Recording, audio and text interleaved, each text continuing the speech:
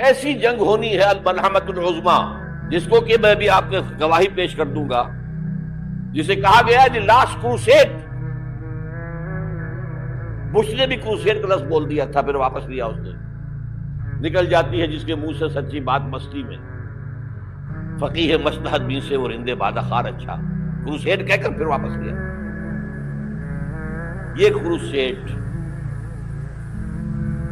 اس کے اوپر جس قدر نقصان ہونا ہے عربوں کا، گریٹر اسرائیل بنے گا، یہ عراق، شام، اردن، سعودی عرب کا کچھ شمالی علاقہ، ترکی کا جنوبی علاقہ، مصر کا صحرائے سینا، اور اس کے ساتھ ہی جو بہترین اس کا زرخیز ترین علاقہ ڈیلٹا آف نائل، یہ سب یہودیوں کے قبضے میں جائے گا۔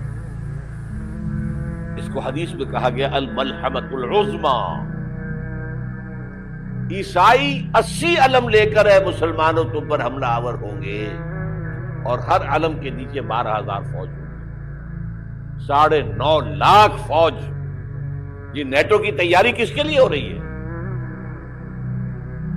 جب یو ایس ایس آر کا خاتمہ ہوا تو پوچھا گیا تھا نیٹو چیف سے، اب کس لیے؟ تمہارا وہ دشمن تو ختم ہو گیا، اب ہمیں اسلامک فنڈامنٹلزم سے نمٹنا ہے۔ وہ جانتے ہیں خطرہ یہی ہے، اب اسلام ابھر سکتا ہے، مسلمانوں کے سینوں کے اندر وہ آگ ہے، اوپر خاکستر آ گیا ہے، تمہیں اٹھانا بیٹھنا، یہ اندر تو انگارہ ہے، اوپر سے راکھ ہے، اسے دھوکہ نہ کھا جانا ان کے دلوں کے اندر۔ اور بش نے کہا تھا مسلمان چاہتے ہیں کہ ہسپانیہ سے لے کر انڈونیشیا تک نظام خلافت قائم کریں، اور میں حیران ہوا تھا کہ اس کمبخت کو ہسپانیہ کا خیال کیسے آ گیا؟ ہمیں تو کبھی آتا ہی نہیں، اب ہم تو بھول گئے، وہ تو 500 برس پرانی بات ہے جبکہ وہاں سے ہمیں نکال دیا گیا تھا۔ اگرچہ اقبال نے کہا تھا ہے ارض فلسطین پہ یہودی کا اگر حق، ہسپانیہ پر حق نہیں کیوں اہل عرب کا؟ ہسپانیہ میں تو 800 سال حکومت کی مسلمان نے، اور ابھی 500 برس ہی گزرے ہیں نا۔ یہودی تو ارض مقدس سے 2000 سال نکالنے گئے، انہیں لا کے آباد کیا گیا، عربوں کے سینے میں خنجر پھونک دیا گیا۔ وہ چھوٹا سا ملک جو چاہتا کرتا، کوئی پوچھنے والا نہیں۔ امریکہ جیسے اپنے بیٹی کی حفاظت کرے ویسے کرتا اس کا۔ اور حضور نے فرمایا ہے وہ جنگ جب ہوگی تو ایک باپ کے اگر 100 بیٹے ہوں گے تو 99 ختم ہو جائیں گے، ایک بچے گا۔ یہ حدیث ہے، حدیث صحیح۔ اور آپ نے فرمایا ویل للعرب من شر قد اقترب، عربوں کے لیے ہلاکت ہے، عربوں کے لیے بربادی ہے اس شر سے جو قریب آ چکی ہے۔ اور آج جس طرح انہوں نے ان کی تہذیب کو اختیار کر لیا، دبئی جا کر دیکھیے، بدترین مغربی معاشرہ جو ہے وہ دبئی کے اندر ہم نے قائم کر کے دکھا دیا۔ اب سعودی عرب اس راستے پر بڑھ رہا ہے، اور اس کے بعد نمبر 2 پر جو ہے ہم پاکستانی ہیں۔ لیکن میں اس کے پہلی بات جو کہہ رہا ہوں وہ تو یقینی ہے، اس میں تو احادیث صحیحہ موجود، اگرچہ اس کے بعد پانسا پلٹے گا، پھر حضرت مہدی کا ظہور ہوگا، حضرت عیسیٰ کا نزول ہوگا، اور وہ گریٹر اسرائیل گریٹر گریو یارڈ بنے گا یہودیوں کا، ایک ایک یہودی قتل ہوگا اور دفن ہوگا۔ یہ بات میں ہونا ہے، میں پہلی بات بچ کر رہا ہوں۔ وہ پانسا پلٹے گا جب پلٹے گا، ابھی جو سامنے ہے وہ کیا ہے؟ جس ملحمۃ العظمیٰ کہا حضور نے، جسے آرمگیڈون کہتے ہیں عیسائی۔ آرمگیڈون کی اگر کہیں جا کر آپ دیکھیں گے، آپ ڈکشنری میں مانی تو کیا لکھا ہے؟ A very big war which will be fought between the forces of evil and good before the end of this world۔ اس دنیا کے خاتمے سے پہلے خیر اور شر کی قوتوں کے درمیان بہت بڑی جنگ ہوگی۔ ارمجدون اسے کہتے ہیں عربی میں، اور آرمگیڈون اسے کہتے ہیں انگریزی کے اندر، اور یہ بائبل کی آخری کتاب کے اندر ہے، جو اس میں کہ مکاشفات یوحنا، ریولیشنز آف سینٹ جان۔ یہ تو میں کہہ رہا ہوں یقین کے ساتھ، اور زیادہ دور نہیں آیا چاہتا ہے۔ اس لیے کہ یہودیوں کا اور عیسائی جو کنزرویٹوز ہیں، نیو کنزرویٹوز، ان کا 5 نکاتی ایجنڈا ہے متفق علیہ، جس کے تحت کہ یہ جنگ صلیبی شروع کی گئی ہے۔ تو سن لیجئے آپ، آرمیگیڈون نمبر 1، گریٹر اسرائیل قائم ہو جانا اس کے نتیجے میں نمبر 2، مسجد اقصی اور قبۃ الصغریٰ کو گرانا نمبر 3، وہاں 3rd ٹیمپل، وہ مسجد جو حضرت سلیمان نے بنائی تھی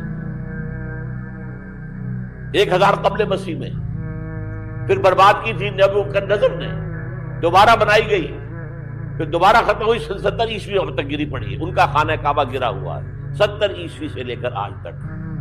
ایک دیوار ہے ویلنگ وال، جہاں جاتے ہیں، روتے ہیں، پیٹتے ہیں، ماتم کرتے ہیں، وہاں وہ بنے گا 3rd ٹیمپل۔ اور نمبر 4، اس میں لا کر رکھا جائے گا تخت حضرت داؤد کا۔ یہ تخت کہاں ہے اس وقت؟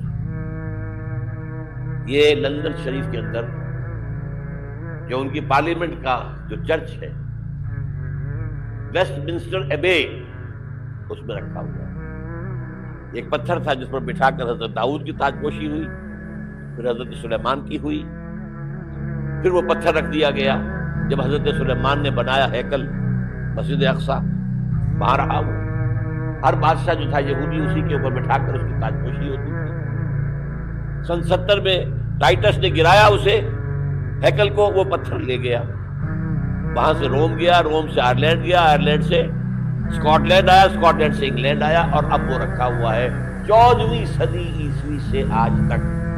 وہ ویسٹ منسٹر ایبے میں رکھا ہوا، ایک کرسی کی سیٹ میں اسے بنا دیا گیا ہے تخت کی شکل میں۔ اب انگریزوں میں کوئی ملکہ ہو، کوئی بادشاہ ہو جس کی بھی تاج پوشی ہو، اس میں ہو، یہ لا کر رکھا جائے گا 3rd ٹیمپل میں۔ اور اس پر یہودیوں کے خیال کے مطابق ان کا مسیحا آئے گا جو مسیح دجال ہوگا۔ عیسائیوں کے خیال کے مطابق حضرت عیسیٰ آئے گے، وہ ہمارا بھی خیال ہے حضرت عیسیٰ آئے گے علیہ السلام۔ ہمارا یہ تو بعد کی بات ہے، اس وقت جو میں عرض کر رہا ہوں، عربوں پر بہت بڑا عذاب، اور پاکستان کا معاملہ بنتا ہی ہے، میں یقین سے نہیں کہہ سکتا۔ ہینگنگ ان دی بیلنس، ہو سکتا ہے اللہ تعالیٰ ہم پر رحم فرمائے، ہو سکتا ہے، اگرچہ اسی کو شرائط ہو۔ چمن کے مالک اگر بنا لے موافق اپنا شعار، چمن میں آ سکتی ہے پلٹ کر چمن سے روحی بہار، اب ہو سکتا ہے۔ اور یہ بھی ہو سکتا ہے کہ اللہ تعالیٰ نے معجزانہ طور پر ہمیں ملک دیا، ہم نے اللہ سے بدعہدی کی، وعدہ خلافی کی، غداری کی، لہذا سزا دی جائے اور ہم سے یہ ملک چھین لیا جائے۔ اٹس جسٹ پاسبل، دور نہ سمجھے، انہونی بات نہ سمجھے۔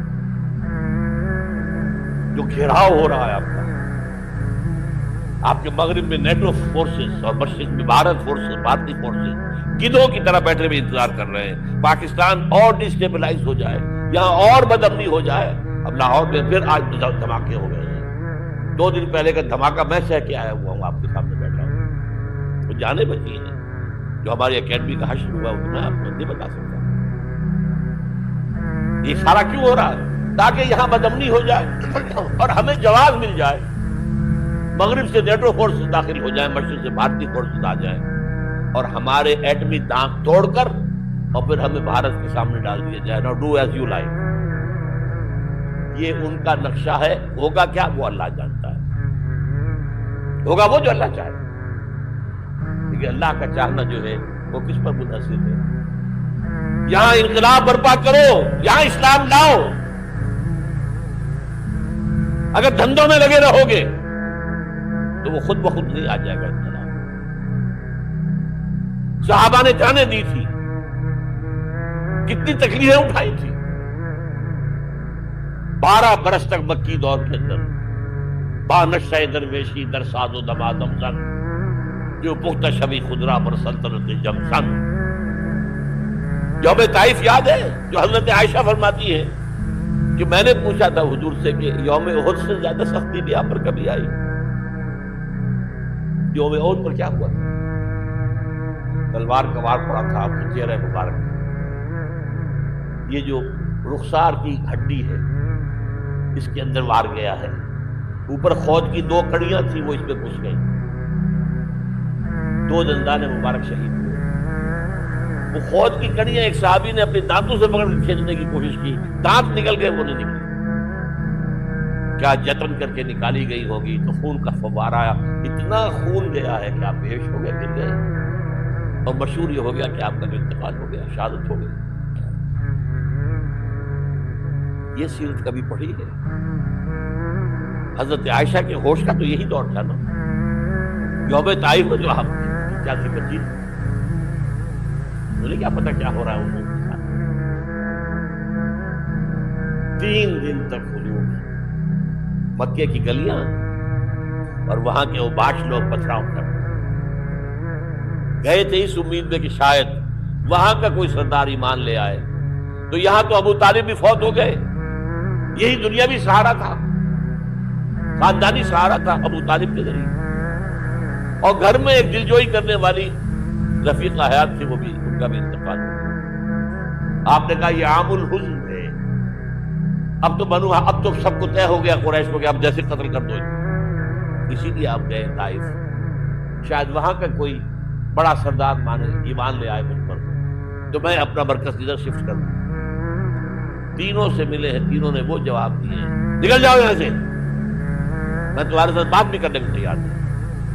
اچھا، تمہارے سوا کوئی نہیں ملا تھا اللہ کو نبی بنا کر بھیجنے کے لیے؟ دیکھو جاؤ، میں بات نہیں کرنا چاہتا، ہو سکتا ہے میں بے عزتی کر بیٹھوں، واقعی تم اللہ کے نبی ہو تو میں مارا جاؤں گا، جاؤ۔